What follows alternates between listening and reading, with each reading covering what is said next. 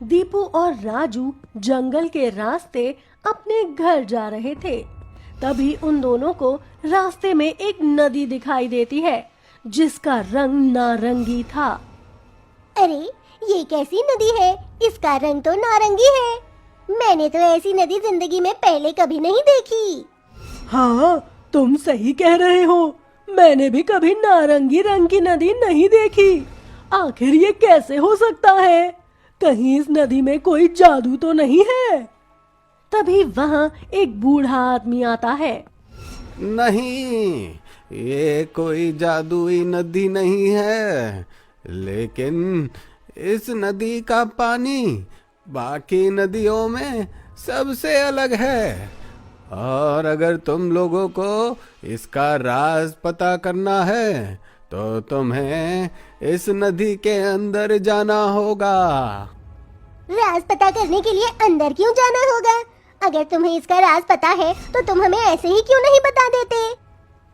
बेटा, कुछ चीजें बताने पर समझ नहीं आती, इसलिए मैं ये नहीं बता पाऊंगा। ये बहुत खास नदी है। अगर तुम्हें जानना है तो कपड़े उतार कर स्नान करने के लिए कूद जाओ इस नदी में। एक डुबकी लगाओगे तो तुम्हें सब पता चल जाएगा। हाँ हाँ, हम दोनों डुबकी जरूर लगाएंगे, तो हमें पता चल जाएगा कि इसमें क्या जादू है, और फिर हम अपने गांव वालों को भी बताएंगे। राजू और दीपू दोनों कपड़े उतारकर नदी में नहाने के लिए चले जाते हैं। वो लोग एक एक करके डुबकी लगाकर देखते हैं और बूढ़े से कहते हैं, हम लोगों ने एक एक डुबकी तो लगा ली, लेकिन हमें तो कुछ भी पता नहीं चला। हाँ, ये तो बिल्कुल साधारण सी नदी है, लेकिन इसका रंग नारंगी क्यों है वो हमें कैसे पता चलेगा? वो तो बता दो। तभी उस नदी में से एक चुड़ैल निकलती है। तेरा काम हो गया बुड्ढे, अब तू जा यहाँ से। दीपू और राजू जोर से चिल्लाते हैं। अरे बाप रे, ये तो एक भयानक चुड़ैल है। शायद इसी वजह से इस नदी का रंग नारंगी है। ये लोगों को खाती है और उनके खून से नदी का रंग बदल जाता होगा। अब तो ये हमें भी खा जाएगी। फिर वो बूढ़ा आदमी वहां से चला जाता है और चुड़ैल दीपू और राजू को पानी के अंदर ले जाती है, और कुछ देर बाद वो दोनों गायब हो जाते हैं। फिर वो बूढ़ा अपनी झोपड़ी में आता है और रोते हुए कहता है, हे भगवान, आखिर कब तक मुझे इन मासूम लोगों को उस चुड़ैल का शिकार बनाना होगा। जब दीपू और राजू के काफी दिनों से गायब होने का गांव वालों को एहसास होता है तो उनके गांव में हड़कंप मच जाता है। अरे ऐसा कैसे हो सकता है कि दोनों लोग एक साथ गायब हो गए? जरूर कुछ ना कुछ गड़बड़ है दोस्तों। हमें जाकर पता लगाना चाहिए कि उन दोनों पर क्या मुसीबत आ गई। हाँ हाँ, हमें पता लगाना चाहिए। हाँ हाँ, हमें पता लगाना चाहिए। रमेश 4-5 गांव वालों के साथ दीपू और राजू को ढूंढने के लिए निकल पड़ता है। राजू और दीपू को ढूंढते हुए सारे गांव वाले उसी नदी के पास पहुंच जाते हैं और वहां पर वही बूढ़ा आदमी बैठा हुआ होता है। अरे बाबा, क्या आपने यहाँ से 2 आदमियों को जाते हुए देखा है? और ये नदी नारंगी रंग की क्यों है भाई? अरे बेटा, ये एक जादुई नदी है। इसमें स्नान करने से जो भी मन्नत मांगो पूरी होती है। तुम लोगों को मेरी बात पर विश्वास ना हो तो एक डुबकी लगाकर ही देख लो। फिर रमेश और बाकी लोग तैयार हो जाते हैं, लेकिन रामू और श्यामू तैरना नहीं जानते थे, इसीलिए वो नदी में जाने से मना कर देते हैं। तुम लोग जाओ, हम दोनों यहीं पर रुकते हैं। अगर कोई बड़ी मछली या मगरमच्छ तुम लोगों को खाने के लिए आया तो हम लोग तुम लोगों को बचा लेंगे। अरे डरो मत बेटा, बस एक डुबकी की ही तो बात है, फिर सब तुम्हें खुद ही पता चल जाएगा। वो बूढ़ा आदमी उन्हें बहुत समझाता है, लेकिन रामू और शामू नहीं मानते। जैसे ही गांव वाले पानी में डुबकी लगाते हैं, बूढ़ा शामू को पीछे से लात मार देता है और नदी में फेंक देता है। शामू तुरंत पानी के बाहर निकलकर ऊपर आ जाता है। अरे ये तुमने क्या किया? क्यों बेचारे को पानी में ढकेल दिया? अरे तुम पागल हो गए हो, मुझे तैरना नहीं आता और तुम मुझे लात मार के पानी में गिरा रहे हो। कहीं मैं नदी के अंदर चला जाता और डूब के मर जाता तो? फिर वो बूढ़ा रामू को भी पानी में गिराने की कोशिश करता है, लेकिन रामू दूर भाग जाता है। अरे क्या तुम्हारा दिमाग खराब हो गया है? क्यों हर किसी को पानी में ढकेलना चाह रहे हो? इसका जवाब तो बेटा तुम्हें अभी पता चल जाएगा। थोड़ा सब्र करो, वो आती ही होगी। तभी रामू देखता है कि एक चुड़ैल उस नदी से निकलती है और सभी गांव वालों को नदी के अंदर ले जाती है, और फिर इसके बाद बूढ़ा वहां से चला जाता है। अरे बाप रे, ये मैंने क्या देख लिया? सारे के सारे गांव वालों को वो चुड़ैल खा गई। मुझे जल्दी से अपने गांव वालों के पास जाना होगा और उन्हें ये सारी बात बतानी होगी। रामू अपने गांव वापस आ जाता है और अपने गांव वालों को सारी बातें बता देता है। वो लोग फिर से उस नदी के पास जाते हैं और उस बूढ़े को पकड़ लेते हैं। जल्दी बताओ, ये सब क्या माजरा है और क्या तुम उस चुड़ैल को जानते हो? वो तुम्हें क्यों नहीं खाती?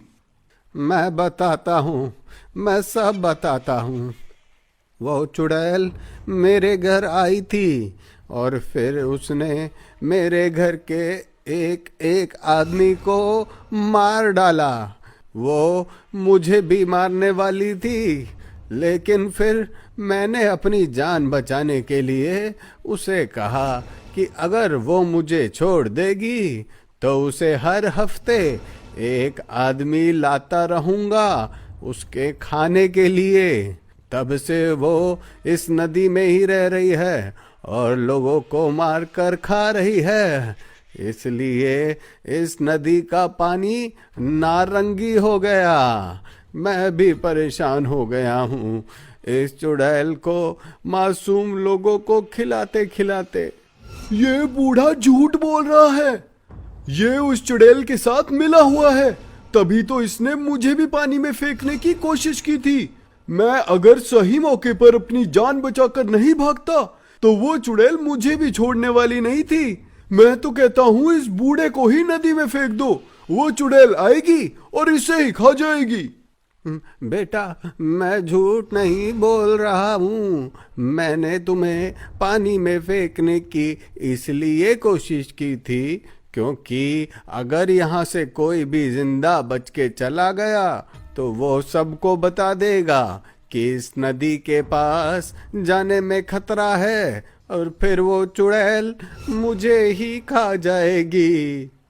अच्छा, तो तू अपनी जान बचाने के लिए दूसरों की बलि दे रहा है?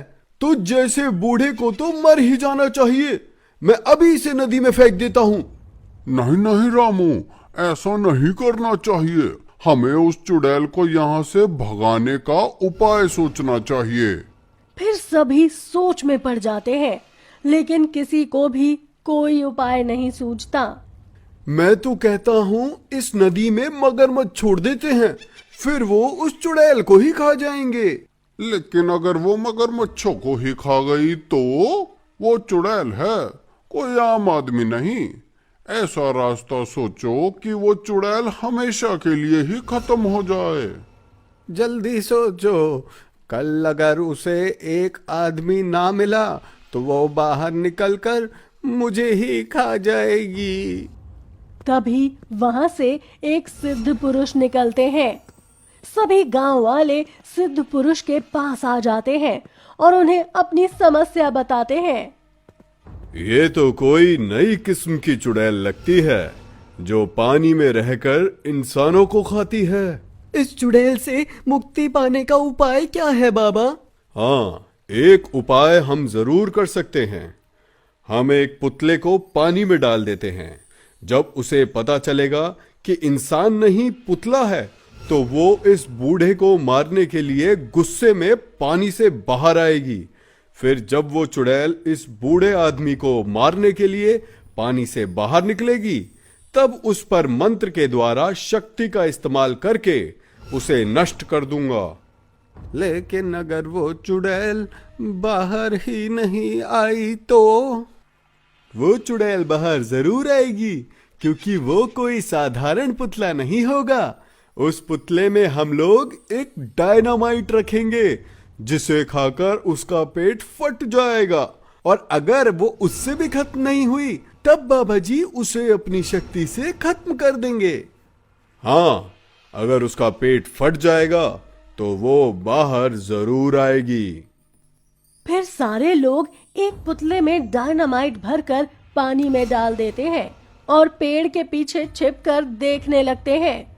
चुड़ैल पानी के ऊपर आती है और पुतले को पकड़ के अंदर खींच लेती है।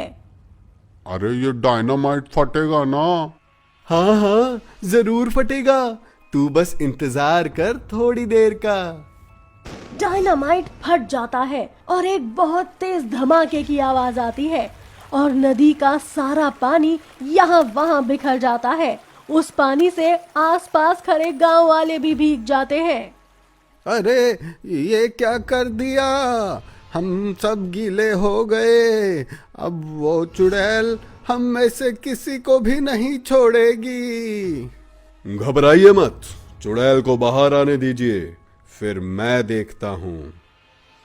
फिर चुड़ैल गुस्से में पानी के बाहर आ जाती है।